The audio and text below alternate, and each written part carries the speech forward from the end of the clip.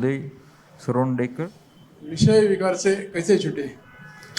उसमें तो जागृति रखनी चाहिए। एक अहंकार को सुख लगता है, मोह है, उसमें सुख है, मान्यता है, अभिप्राय है, इसी में सुख आएगा।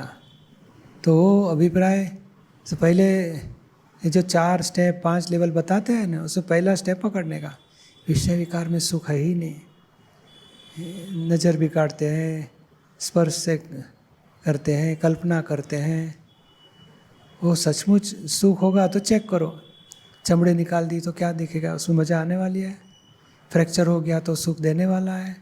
झगड़े होते हैं, अहंकार के टकराव, उसमें सुख आता है। डिवोर्स तक जाते लोग तो ये सुख होगा तो चेक करते रहने का। बुद्धि बताए कितनी मज़ा आएगी, चेक करो, मज़ा आने वाली है। और इतने टाइम, इतने साल, इतने विचार किए, कल्पना की या विषय के हिसाब में संबंध में आए तो भी कभी सुख आया है सच्चा? ये तो खुजली जैसा है, खा जाती है और बाद में जलन होता है। तो ये खुजली जैसा है, सुख नहीं है।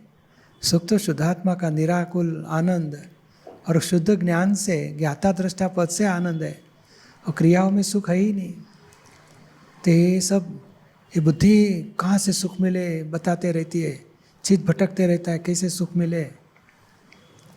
और अहंकार खुद ही, उसके पास रॉन्ग अभिप्राय है कि कुछ सुख आएगा इसमें, इसी में कुछ है। सारी दुनिया मानती है विषय में मज़ा है, तो ज्ञानियों बताते हैं कि विषय में सुख है ही नहीं। और सुख लेने गए, सुख लिया जितना, उसका रिपेमेंट में भयंकर दुख आता है। दावा यानी झगड़े हो जाते हैं, वैर जैर हो जाता है, भयंकर दुख आता है। यानी ये एनालिसिस करना चाहिए। ये विषय में सुख नहीं है ऐसे मान्यता बोलते रहोगे तो नहीं पूरा होता है। किस तरह नहीं है चेक करो।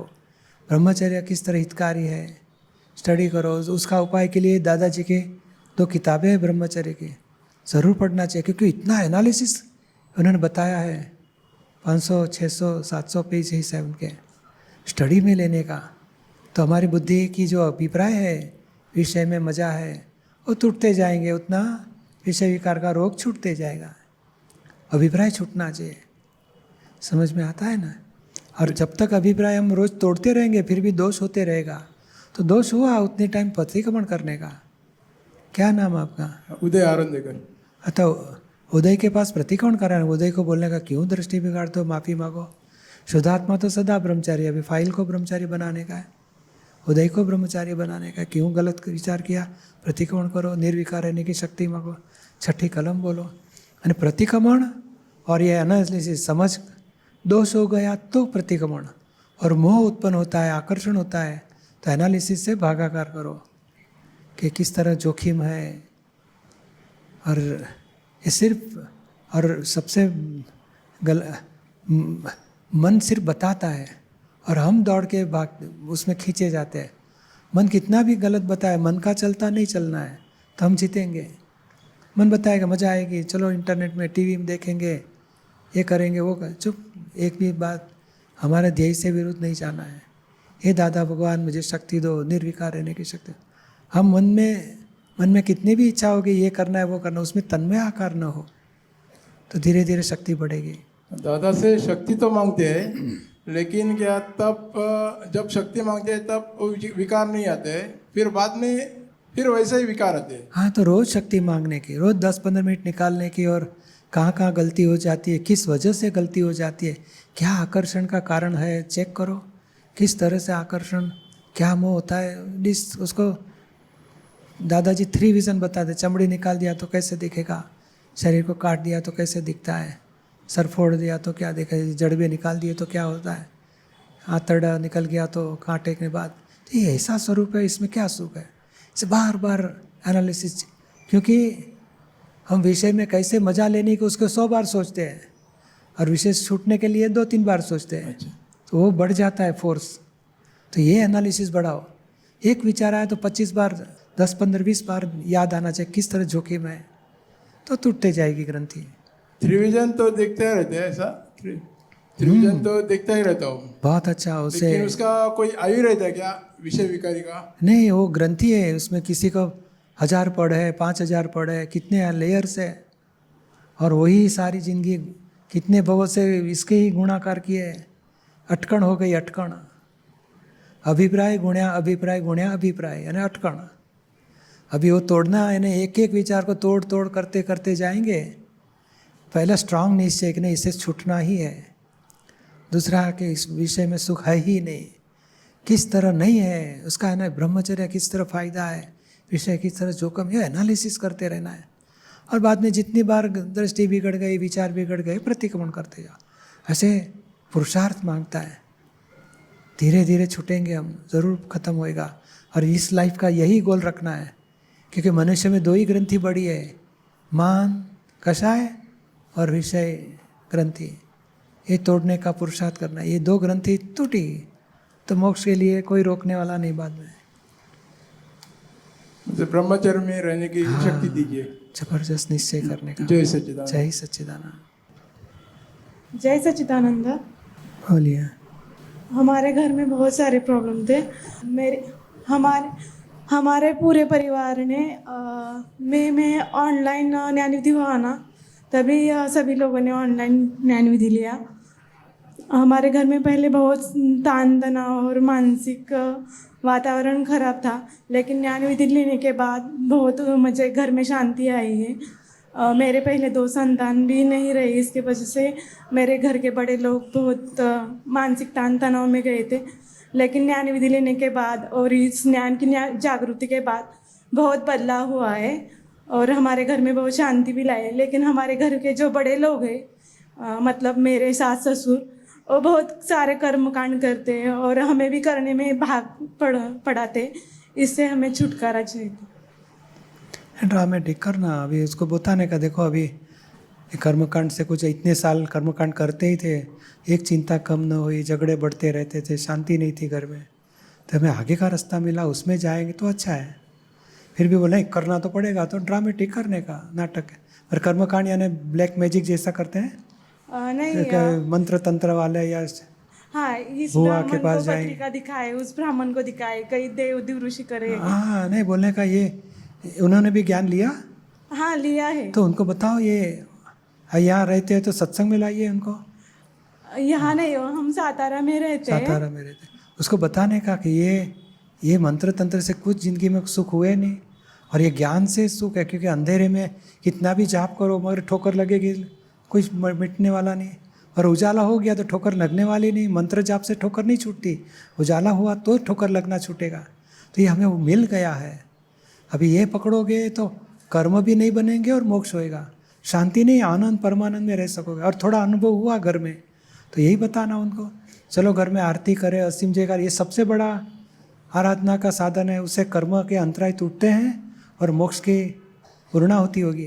वो तो समझाने का, खुद भी करते हैं और हमसे भी करवाते हैं। तो बताने का, धीरे धीरे समझा के रास्ता निकालो। जय सच्चिदानंद। हाँ, जय सच्चिदानंद। बोलिए। जय सच्चिदानंद। हाँ, मैं रोहिणी शर्मा नासिक से। जय सच्चिदानंद पूज्यश्री। मेरा प्रश्न यह है कि प्रतिक्रमण होता है और फाइल, कोई चिकनी फाइल के साथ कुछ हो गया, तो उसी समय यानी एक तरफ तो कभी कभी ऐसा होता है कि कॉन्फ्लिक्ट चल रहा है तो भी उनका शुद्धात्मा दिखता है, उनकी प्रकृति दिखती है, उनके साथ जो हमारे बंधे हुए हिसाब से ये माल बाहर निकल रहा है, ये सब उस एट द सेम टाइम सब प्रेजेंट रहता है। लेकिन होता ऐसा है कि कुछ 2-3 फाइलें ऐसी है कि जब भी उनके साथ कोई भी संजोग होता है तो वो निगेटिव ही होता है और सहज भाव से और समता भाव से उनके साथ नहीं रह सकते। उसके लिए आप कृपया चाबियाँ दीजिए कुछ। तो प्रतिक्रमण करने का बाद में होने के बाद पहले निश्चय रखने का, फाइल है संभाव से निकाल करना है। कितना भी नेगेटिव आया हमको एडजस्टमेंट लेके संभाव से निकाल करना ही है। लास्ट में जो भी रिजल्ट आया और अपसेट हो गए, कुछ नेगेटिव दिख दिया या भाव बिगड़ गए, तो प्रतिक्रमण करने का और फिर से ऐसी गलती नहीं करने की शक्ति मांगने की। पहले से कम तो हुआ होगा ना?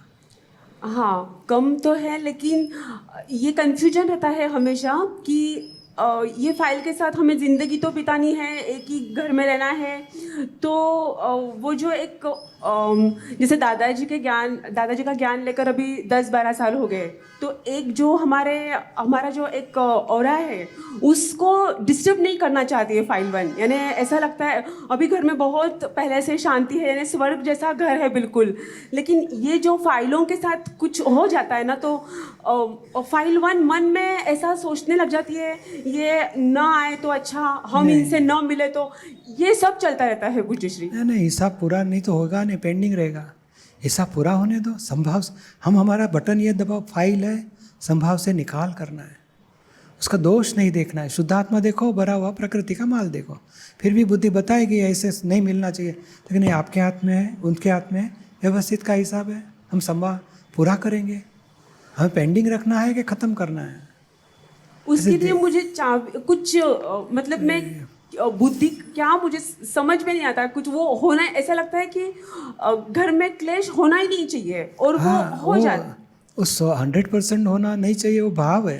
और जो अभी 100 का अभी 30% बचा है, थोड़ा थोड़ा तो निकलते जाएगा।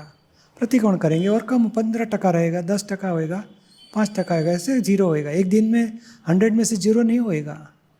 ये अपेक्षा भी रखना गलत है कि 100% बंद हो जाना चाहिए। हमारा भाव पकड़ के रखो, और गलती हो गई उसके प्रतिकोण करो, तो कम होते होते ख़त्म होएगा। और उसके प्रति अभिप्राय चेक करो, दोष दिखने का ख़त्म करो, तो धीरे धीरे छूटेंगे हम। जी जी। जय सचिन। जय सच्चिदानंद पूज्यश्री। कभी कभी मेरी वजह से मेरी मम्मी को बहुत दुख पहुंचता है। तो मम्मी कहीं प्रतिक्रमण करने हैं, और किस वजह से दुख पहुंच जाता है? पढ़ाई की वजह से। नहीं तो ज़्यादा पढ़ाई कर लेते इसके लिए उनको बहुत दुख लगता है कि कम पढ़ाई करते हो इसके वजह। कम। तो दूसरा क्या करते हो पढ़ाई के सिवाय? खेलने। कहते ने बाहर क्रिकेट खेलने चले जाते हो? नहीं, कराटे क्लास है ना। कराटे क्लास, वो तो मम्मी ने सीखा, कराटे में भेजा होगा ना। तो उसके तो उनको हरकत नहीं होगी, दूसरा कुछ होना चाहिए। घर में भी कराटे करते रहते हो बाद में? नहीं, पापा के साथ नहीं, मगर दोनों प्रमाण में रखो। जो पढ़ाई करनी है वो भी कर लेना, तो मम्मी को दुख नहीं रहेगा और कुछ बात बढ़ेगी नहीं, और शांति से अपना भी काम होएगा। और कराटे करते तो सीख लेने का, वो बरोबर है। जय सच्चिदानंद। हाँ, जय सच्चिदानंद। और हो गया मम्मी को दुख तो प्रतिक्रमण करना। हाँ ठीक है। हे दादा भगवान, मैं गलती की माफ़ी मांगता हूँ, किसी को दुख न हो जाए, ऐसे मुझे शक्ति दो। जय सच्चिदानंद। हाँ, जय सच्चिदानंद। विकास जैन, पुष्पा खेरनार। पूज्यश्री, दादा वाणी, आप तो वाणी पढ़ते समय जो छोटी छोटी बुक्स हैं, कभी 3-4 बार ऐसा रेफरेंस आया, मैंने नोट तो नहीं किए कि कहाँ पर, लेकिन कि विषयों से छूटा तो तू सीलवान हुआ, इस तरह से आता है। बरोबर है। तो वो अलग अलग कॉन्टेक्स्ट में था। तो सीलवान पुरुष बनने के लिए क्या करना चाहिए, या सीलवान पुरुष को पहचाने तो क्या लक्षण देखें तो पहचाने कि सीलवान पुरुष है? उसमें सीलवान में 2 पार्ट है। एक विषय विकार, मन वचन काया से जिसके खत्म हो गए, और उससे पूरा शील नहीं बोला जाए, उसके क्रोध मान माया लोभ खत्म हुए, तो दोनों कषाय और विषय दोनों खत्म हुए तो पूर्ण शीलवान। अभी हमें शुरुआत कहाँ से करनी है? तो कि हस्बैंड वाइफ है तो वहाँ धीरे धीरे संयम में आए, वो अच्छी बात है। और बाहर हस्बैंड वाइफ सिवाय बाहर दृष्टि भी ना बिगड़े, विचार भी ना बिगड़े, आचार तो 100% ख़त्म होना चाहिए, तो फिर शुरुआत होगी शील की। और दूसरा स्टेप, मन वचन का ऐसे किसी को दुख न हो जाए, और दुख क्रोध हो गया तो भीतर से मोड़ सके। इसने बिगाड़ा काम, तो एकदम अपसेट होने का नहीं, अभी जो भी संजोग हुए सॉल्व करना है।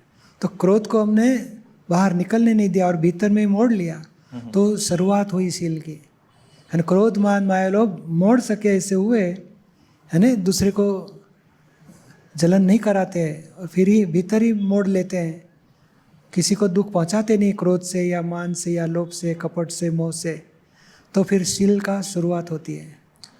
और आगे जाके मन वचन का ऐसे निर्विकारी दशा में पहुँचे, विचार सुधा किसी के प्रति ना आए, तो निर्विकारी हुआ तो भी शीलवान। तो ये दोनों का कॉम्बिनेशन शील शुरुआत होती है। बाद में धीरे धीरे कषाय खत्म हुए, बाद में विषय भी खत्म हो गए, तो संपूर्ण शीलवान। संपूर्ण शीलवान तीर्थंकर भगवान ही होते हैं। दादाजी बोलते मेरा भी 4 डिग्री कम है, उतनी शील कम है मेरा। हम शुरुआत करेंगे तो आज ध्येय नक्की करेंगे तो हम पहुँचेंगे। और दादाजी ने एक अच्छी चाबी बताई शील के लिए, कोई हमारा नुकसान करे, कोई हमारा अपमान करे तो हम समता में रहे तो शील बढ़ेगा। नहीं बहन जी बताती मेरे 1000 रुपया खा गया चीटिंग करके, अब हम समता में रहे तो हमारा शील बढ़ता है। और हम गाली दिया झगड़ा किया तो हमारा शील लॉस हुआ। उसने तो गलत काम किया, उसका शील लॉस हुआ, और शील गया कहाँ? हम समता में रहे तो हमें मिलता था, हम उसको गाली दिया तो हमारा शील भी हमने लॉस कर दिया। यानी वाइफ कुछ अपमान करे, कुछ आक्षेप दे तो समता में रहो तो शील आपका बढ़ेगा। और शील का प्रभाव ऐसा है, धीरे धीरे सामने वाला झगड़ा करने के पहले ही वो शांत हो जाएगा कि नहीं इनको कुछ दखल नहीं करनी, ये कुछ अलग है। शील का ताप लगेगा, प्रभाव उत्पन्न होता है। अभी तो शील इतना ख़त्म कर दिया है, नौकरी नहीं मिलती है, पैसा वापस चीटिंग करके खा गया, कितना शील लुटा दिया है हमने। तो ये चीज़ ध्यान रखना चाहिए कि किसी को कोई कितना भी हमारा नुकसान, तो हम सामने उसने ये किया तो मैं ये करूँगा, उसने ये किया तो मैं ऐसा करूँगा, उसने ये किया तो मैं इसको, ये हमारा उसका प्रतिभाव नहीं, प्रतिपक्षी भाव नहीं होना चाहिए कि उसने ऐसा किया तो मैं इसका ये कर डालूँगा। नहीं, मुझे क्यों मेरा करता ही नहीं, पड़ोसी का करता है, मैं तो शुद्ध आत्मा हूँ, मुझे संभाव से निकाल करना है। तो यहाँ से शील की शुरुआत होती है। और दूसरा ये द्वेष परिणाम, और किसी का कुछ चाहिए नहीं तो भी शील हमारा था, ये मुझे मुफ्त मिलता है लो मजा करो तो शील लुटा दिया। और किसी का कुछ चाहिए नहीं तो शील हमारा जमा होता है। और हमारे साथ चीटिंग किया और हमने संभाव से निकाल किया तो हमारा शील बढ़ते जाता है। पूज्य श्री, एक छोटा सा प्रश्न है, बच्चे ने पूछा था, मैं जवाब नहीं दे पाया, पूछ सकता? तो हम लोग स्वाध्याय कर रहे थे तो मेरे बच्ची ने एक प्रश्न पूछा था, देवताओं में ईर्ष्या और जलन होती है। सही और बात है। ईर्ष्या और जलन ये अहंकार के कारण ही होती है। तो अगर उनमें अहंकार रहता है तो उनको चार्जिंग क्यों नहीं होता है? वो अहंकार के कारण नहीं, मगर डिस्चार्ज अहंकार और बुद्धि रहती है। कंपैरिजन होता है कि इसने थोड़ा ज़्यादा तप किया तो इंद्र हो गया, मैं थोड़ा कम किया तो मुझे गेट कीपर होना पड़ा, दरवान। तो जलस हो जाता है, इसको थोड़ा ये तो अभाव द्वेष हो जाते हैं। वो बुद्धि के वजह से है और डिस्चार्ज परिणाम में है। क्रोध मान माया उनके डिस्चार्ज में है। मान अभिमान या जलस द्वेष सब डिस्चार्ज वाला है, और फल देके ख़त्म होते जाएगा। नए कर्म तो मनुष्य में ही ज़्यादा करके कर्म बंधन होते हैं, उसमें कर्म बांधते भी है, कर्म छुड़ा भी सकता है। अकर्म दशा प्राप्त करके मोक्ष गति भी मनुष्य में ही प्राप्त कर सकता है। वहाँ तो सचमुच तो 1000 पुण्य भुगतता है और एक जलस भीतर में रहता है, मगर बाहर तो जबरदस्त सुख संपत्ति सुख साहेब भी भुगतता है। वहाँ दुर्गंध है ही नहीं तो सुगंध की कीमत बढ़ेगी क्या?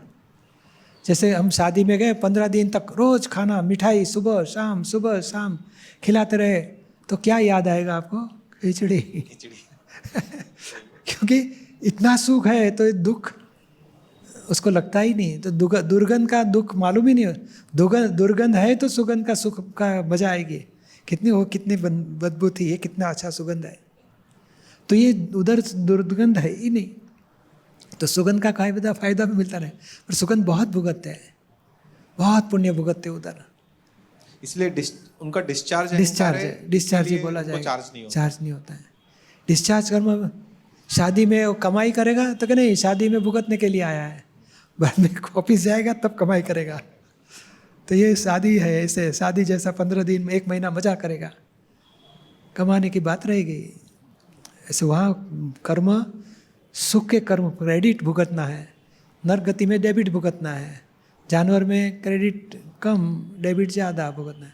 मनुष्य में क्रेडिट डेबिट भुगतता भी है और नया बांध भी सकता है। और इसके लिए मनुष्य गति की कीमत इतनी बड़ी है कि मनुष्य गति से ही मोक्ष हो सकता है। देवों को भी दुर्लभ मनुष्य गति है, ऐसे बोला जाता है। जय सच्चिदानंद। पुष्पा जी करना। जय सच्चिदानंद। पूज्य श्री पुष्पा खैरनार, औरंगाबाद से। पूज्य श्री, किसी कार्य का होना नहीं होना व्यवस्थित पर निर्भर है, लेकिन पुरुषार्थ और संजोग का इंतजार करते करते एनर्जी पूरी डिप्लीट हो गई है, क्या करें? वो समझना चाहिए, बुद्धि हमेशा करना ही चाहिए। कैसे करूँ, क्यों नहीं होता है, करना ही चाहिए। दादाजी ने बोला पुरुषार्थ करो, ये पुरुषार्थ नहीं, प्रयत्न है। और सहज प्रयत्न दादाजी ने कहा था।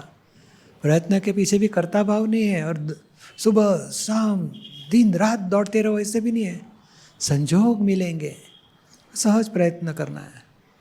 जैसे ग्लास गिर रहा है तो बचाने के लिए प्रयत्न ने सहज हो जाता है, सहजता होनी चाहिए। तो हमारा है ये, बुद्धि बताएगी ये होना ही चाहिए, पर संजोग अभी कैसे मिलते हैं देखो। नहीं हो पाया तो डिस्टर्ब नहीं होना है, दुखी नहीं होना है, वापस ट्राई करो। और इतना ट्राई मत करो कि सुबह एक घंटे में 24 घंटे में 24 बार एक घंटे उसके पीछे ही पड़ जाते हैं, वो ये आग्रही हो जाते हैं, वो गलत है। मनमानी यानी धार्यु कर जाता है, क्यों नहीं होएगा, करना ही चाहिए, प्रयत्न करो, ऐसा करो वैसे करो, क्यों नहीं होता है, डिस्टर्ब हो गया, वो गलत है। सहज होना चाहिए। नहीं हो पाता है तो देखो संजोग की वेट करो, टाइमिंग नहीं निकल रहा है, संजोग कम रहे, कार्य नहीं हो पाता है, संजोग इकट्ठा होएगा तो तुरंत कार्य हो जाएगा।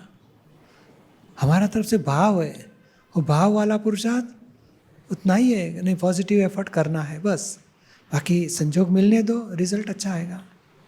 और पूज्य श्री रिलेटिव का पुरुषार्थ व्यवस्थित में दखल हो रहा है, ये कैसे पता चलेगा, कब होता है ऐसे? रिलेटिव में पुरुषार्थ सचमुच प्रयत्न है, प्रयत्न। और प्रयत्न यानी क्या है कि सहज होना चाहिए, कि व्यवस्थित शक्ति प्रेरणा देगी, सहज प्रयत्न करना है। लेकिन वो दखल हो और गया, ये कैसे उसको पता? जानना देखना कि आप क्या नाम आपका? पुष्पा। पुष्पा जुदा है, आप शुद्धात्मा। आप पुष्पा क्या करती है उसको देखो, तो आप शुद्धात्मा का सच्चा रियल पुरुषार्थ ज्ञाता दृष्टा है। पुष्पा क्या कर रही है उसको देखना जानना, वो रियल पुरुषार्थ है। पुष्पा को बताने का, पुष्पा क्यों दौड़ती हो, गिर जाओगे, लगेगा।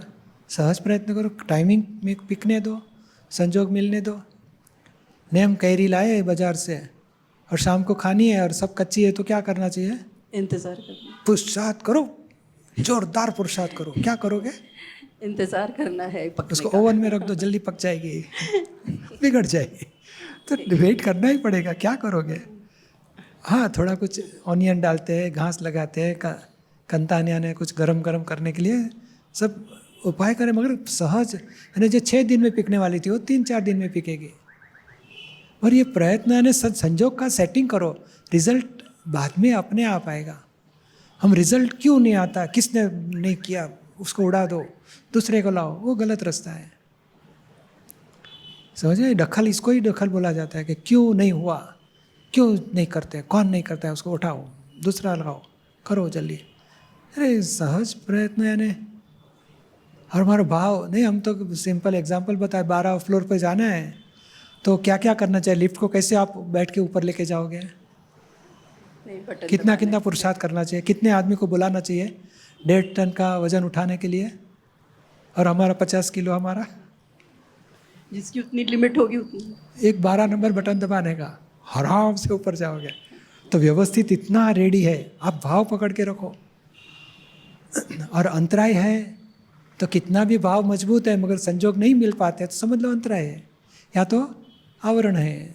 संजोग की धीरे धीरे भाव पकड़ और पॉजिटिव एफर्ट चालू है, धीरे धीरे टाइमिंग हो जाएगा तो रिजल्ट आएगा। Thank you. जय सचिदानंद।